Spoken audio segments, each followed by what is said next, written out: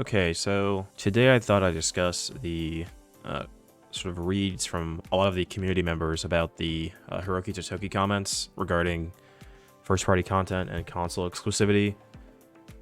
So I'll read this quote for you guys and we can go from there. So, quote, "In the past, we wanted to popularize console, but there's a synergy to it. So if you have strong first-party content, not only with our console, but also other platforms, like computers, first-party can be grown with multi-platforms, and that can help operating profit to improve." So I think if you've watched the way Microsoft has handled their first-party content, there's similar conclusions to be made, but I think it's a bit different for Sony. I think, as we all know, platform holders get a cut of everything sold on their storefront. That includes microtransactions, that includes subscription services like Uplay and EA Play, that includes all third-party games. First-party content for Sony doesn't make it as much money as maybe everybody might think, but in producing that content, they keep people in the ecosystem. So when they don't buy Spider-Man, but they buy, Elden Ring, Sony gets 30% of that. They've captivated that audience. They've kept them locked in to this ecosystem. And so I don't think you're going to see the same type of day and date on PC with first-party content like you have with Xbox. Xbox needs the game sales. They also are sort of working their platform agnostic strategy, to the maximum. Nothing being made currently at any Xbox studio is not coming to PC. There's just no plan to decide we're going to segment content off. But that's not true of Sony. Sony knows the value of captivating their gamers and captivating their consumers into their platform. I think that's why you haven't seen day and date on PC, with a rare exception. Now, obviously, something like Helldivers is, doing amazing. It's got, I want to say the last number was 500,000. I'm sure that's changed by now because the number just keeps going up.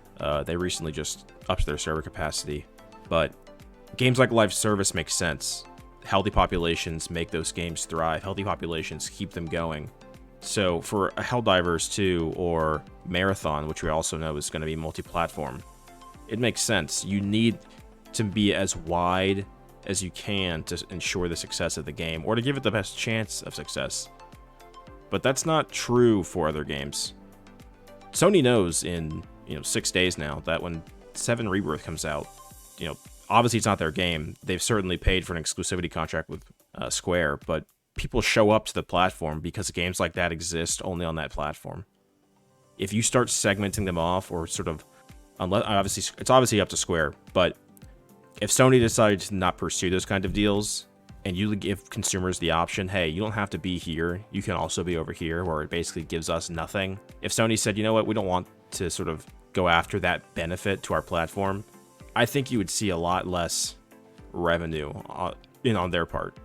Because it's not about the revenue they're going to make from 7 Rebirth. It's about the revenue they're going to make, from 7 Rebirth to a small extent, plus everything else, everybody else who has been so ingrained in PlayStation is going to buy on the platform anyways. So something like Helldivers, where it's probably sold a few million copies by now, given there's some decent math you can do to rough out what you think they might have sold based on SteamDB numbers and concurrent player counts. I would imagine they've sold about 3 million units. 3 million at $40 each. Let's call it after taxes and after the splits on Steam, because the majority of copies are being sold on Steam. Let's call it 80 million, maybe 90 million after tax. And that game is in development for 8 years, so you gotta less the budget for like your net profit, also less marketing. That's not as big as a win as, say, 7 Remake when it came out, and it sold 5 million copies. Sony obviously made 30% of that, but they didn't just make 30%. They made 30% on that, and then the people who are so invested that they showed up to this console to play this game, who are likely buying other software on the platform, they're getting 30% of that. So I really don't think people are reading his comments correctly when they think about day and date on PC. Day and date PC makes sense. It's going to happen for certain titles, but I think you're going to see that mostly reserved for live service. I don't think you're going to see, Spider-Man 3 day and date on PC. I just don't think that's going to happen. Especially because Steam will still be taking... I know there's sort of bracketed splits, like it starts out 30-70 for the platform, But then as you make more money on Steam, like past a certain threshold, it lowers, so it becomes like 20.80, and I think at some point it does become 15.85. Even with those kind of improved splits, it still is not nearly impactful for Sony if they don't release the game on their console only. I think they still understand the value of exclusives, and that's something they've sort of, I think, really telegraphed, even in the last 4 or 5 years, where they're still putting stuff on PC, but it's 2 years later. I think they know that the value of those games is being on their platform, that they get, max revenue from, that they control, and that they can sort of, I hate to use the word leech, but sort of leech, other splits from other companies who are making games on their platform that are selling the most. Elden Ring's DLC, Shadow of the Erdtree, I would venture to guess they're going to make low 9 figures off of the splits of people on PlayStation buying that content. It's a $40 DLC, but that's something they're not doing any work for. It's just coming to the platform, and it's there. So I think the comments from people sort of reading into Hiroki Totoki's, that name is insane to say, Hiroki Totoki's comments about sort of expanding first party on PC and other platforms, I think it's a bit misguided. And anybody talking about these coming to Xbox outside of the live service games, I think is just, you are sipping the Kool-Aid. Xbox gamers don't really buy games. They buy Game Pass. Now, obviously, there's rare exceptions. I know Palworld certainly sold millions of copies on Xbox, and that's great. But that's an exception. That's not the rule. People on Nintendo, people on PlayStation, they show up and they buy games. And it makes sense, right? There's no service that lets you bypass a la carte game sales on PlayStation or Nintendo. Obviously, you can sort of be subscribed to PS Plus Extra and PS Plus Premium, and those games might satiate you, but if you want to play Rebirth in 7 days, you're buying it full price, or you're waiting for it to be used on sale, or you're just not playing it. Same goes for Stellar Blade, or any of the other first-party titles coming to the platform. So it doesn't really benefit Sony to put games on Xbox. Now, for a Helldivers 2, I could maybe see it. It's a live service. They've already committed with Marathon that they're going to put that on Xbox. So there's precedent that they're going to play nice, if you will. So that makes sense. But first-party single-player games, I think people are really misguided if they think those are going to be on any other platform besides Sony's day and date, with a rare exception. Those mean a lot to Sony. It's why so many people showed up during the PS4 gen, and even this gen, despite the lack of first-party games, really in totality for the last 4 years now.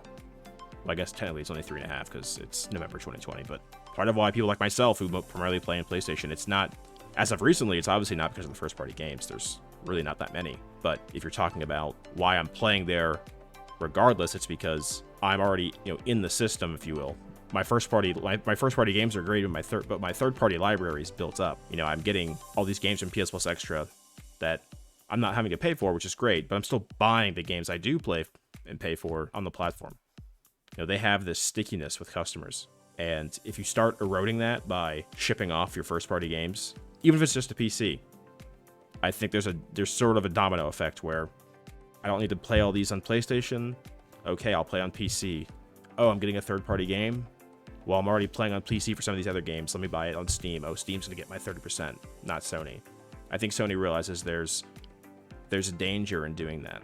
So it'll be really interesting to see how this actually shapes up. Obviously, Hiroki Totoki is the acting CEO right now. He's not the sort of planned replacement for Jim Ryan. So it'll be interesting to see if the strategy changes with whoever replaces Jim Ryan sort of officially. But I think people need to really temper expectations.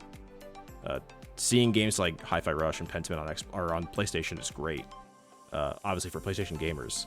But if you're an Xbox fan, it doesn't hurt you necessarily, but it certainly gives you less reasons to sort of commit to that ecosystem when you could commit to a different one that would give you access to everything. Which I think was what everybody was sort of up in arms about the last 4 weeks, when the leaks about all of these games migrating over were starting to surface. It's like I've invested all this time in this ecosystem because these games were sort of telegraphed to me that they would only be here. It's probably not about, for a lot of these people, wanting other people to not play them. It's about wanting to get the best bang for their buck. If I'm going to buy a $500 box, I want to buy the one with the games I want the most. And if there's one that suddenly gets everything, then I'm going to feel pretty dumb if I didn't get that one, or I wasted it if I didn't get that one. So be interesting to see how this shakes out. But that's going to do it for me, guys. Thanks for watching, and I will catch you guys in the next one.